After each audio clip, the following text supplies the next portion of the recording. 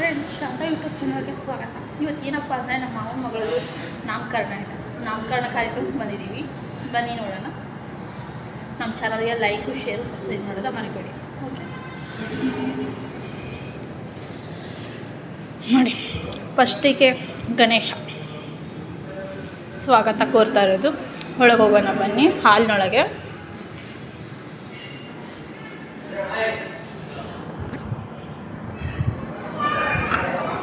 ನೋಡಿ,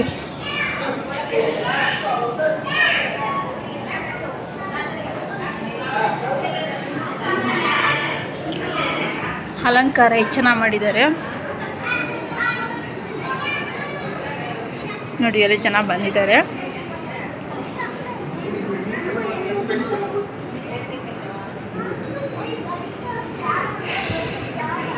ನೋಡಿ, ತೊಟ್ಲು ಅಲ್ಲ ಎಲ್ಲ ರೆಡಿ ಮಾಡಿದ್ದಾರೆ ಅಲಂಕಾರ ಮಾಡಿ.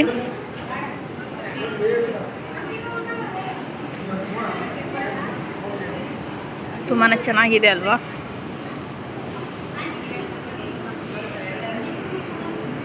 ನೋಡಿ, ನಮ್ಮ ಅಜ್ಜಿಯರೇ ಥರ ಕುತ್ಕೊಂಡಿದ್ದಾರೆ ಅಂತ.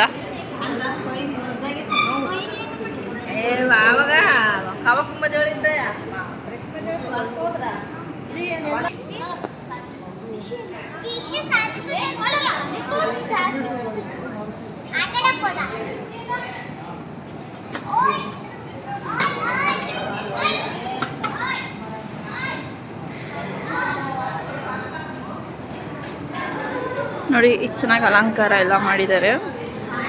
ಇನ್ನೂ ನಮ್ಮ ಮಾವರು ಬಂದಿಲ್ಲ, ಹಾಗೆ ಒಂದು ಸಣ್ಣ ತುಣುಕು ತೋರಿಸ್ತಾ ಇದ್ದೀನಿ ನೋಡಿ. ನನಗಂತೂ ತುಂಬಾ ಇಷ್ಟವಾದ ಸಾಲುಗಳು ಇವು.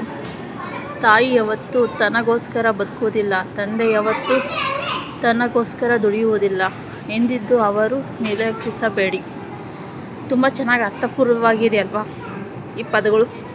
ಇದನ್ನು ನೋಡಿ ವಿಡಿಯೋ ಮಾಡೋಣ ಅನ್ನಿಸ್ತು, ಹಾಗಾಗಿ ಮಾಡ್ತಾಯಿದ್ದೀನಿ. ಮದುವೆ ಎನ್ನುವುದು ಯಾವತ್ತೂ ಆಗಬಾರದು ಬಂಧನ. ಇದು ಗಂಡ ಹೆಣ್ಣಿನ ನಡುವಿನ ಜನ್ಮಾಂತರ ಅನುಬಂಧನ. ಕೇವಲ ಕಲ್ಪನೆಯಿಂದ ಮಾತ್ರ ಕೂಡಬಾರದು ಜೀವನ. ಅದು ನೈಸರ್ಗಿಕ ಕೂಡಿ ಹೊಂದಿರಬೇಕು ಸರಿ ಸಮಾನ. ವಾ ಅಲ್ವಾ? ತುಂಬಾ ಚೆನ್ನಾಗಿದೆ ಸಾಲು. ಬನ್ನಿ ಹಾಗೆ ಇನ್ನೂ ನೋಡೋಣ ಏನೆಲ್ಲ ಹಾಕಿದ್ದಾರೆ ಅಂತ.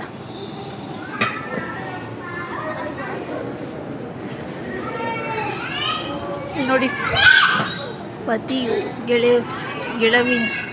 ಗೆಲುವಿಗೆ ಮತ್ತು ಸೋಲಿಗೆ ಪತ್ನಿಯು ಕಾರಣ ಎನ್ನುವುದು ಎಷ್ಟು ನಿಜ.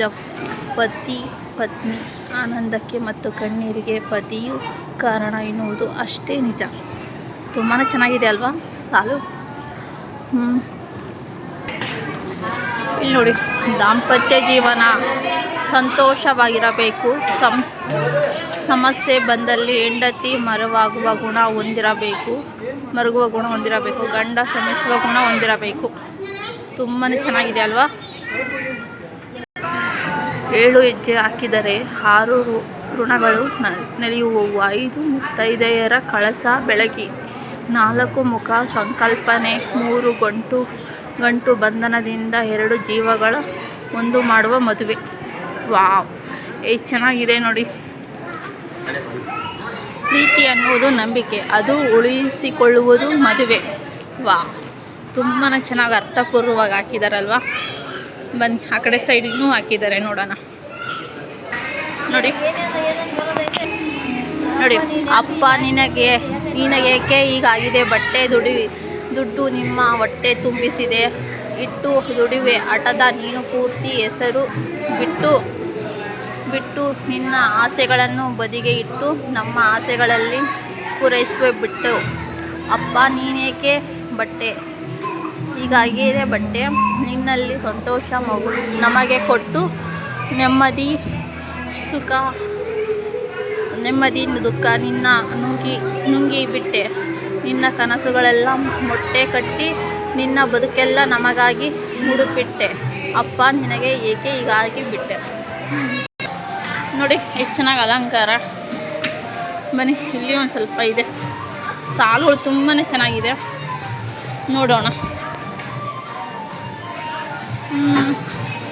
ಒಂದು ಮನಸ್ಸಲ್ಲಿರುವ ಎರಡು ಹೃದಯಗಳೇ ಮೂರು ಗಂಟನ್ನು ಬೆಸೆದ ನಾಲ್ಕು ಪುರುಷೋಷತದ ಭಾಗವಾಗಿರುವ ಪಂಚಾಂಗ ಶುಭ ಮುಹೂರ್ತದಲ್ಲಿ 6 ಋತುಗಳ ಅರಿತು ಬಾಳುವ 7 ಹೆಜ್ಜೆಗಳ ಸಂಪತ್ತು ತುಳಿದು ಅಷ್ಟಲಕ್ಷ್ಮಿಯರ ವರ ಬೇಡುವ ನವರಸಗಳ ಪಾಲುಗಳಲ್ಲಿ ದಶಕವು ಜೊತೆಯಾಗಿ ಬಾಳುವ ಮದುವೆ.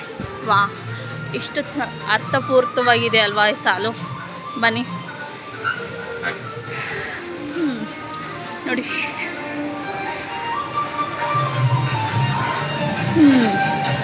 ಸಪ್ತಪದಿ ಲಾಸ್ಟು ನೋಡಿ. ಮೊದಲನೇ ಹೆಜ್ಜೆ ಅನ್ನ ಸಮೃದ್ಧಿಗೋಸ್ಕರ, ಎರಡನೇ ಹೆಜ್ಜೆ ಶರೀರ ಮತ್ತು ಮಾನಸಿಕ ಅಭಿವೃದ್ಧಿಗೋಸ್ಕರ, ಮೂರನೇ ಹೆಜ್ಜೆ ಹಣ ಅಭಿವೃದ್ಧಿಗೋಸ್ಕರ, ನಾಲ್ಕನೇ ಹೆಜ್ಜೆ ಸುಖ ಸಂತೋಷಕ್ಕೋಸ್ಕರ, ಐದನೇ ಹೆಜ್ಜೆ ಪರಿವಾರ ಪಾಲನೆಗಾಗಿ, ಆರನೇ ಹೆಜ್ಜೆ ಋತುಗಳ ವಿವಿಧ ಸುಖಕ್ಕಾಗಿ, ಏಳನೇ ಹೆಜ್ಜೆ ಸ್ನೇಹ ಸ್ಥಿರವಾಗಿರಲೆಂದು. ಎಷ್ಟು ಅರ್ಥಪೂರ್ವವಾಗಿದೆ ಅಲ್ವಾ.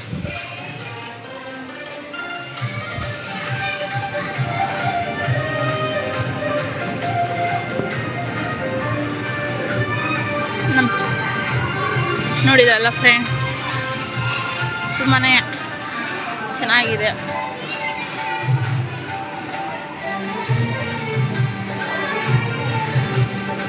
ಆಮೇಲೆ ನಾಮಕರಣದ ಶುಭ ಸಂದರ್ಭನೂ ಕ್ಯಾಚ್ ಮಾಡ್ತೀನಿ. ನಮ್ಮ ಚಾನಲ್ಗೆ ಲೈಕು ಶೇರು ಮಾಡೋದ ಮರಿಬೇಡಿ. ಸಬ್ಸ್ಕ್ರೈಬ್ ಮಾಡಿ. Thank you.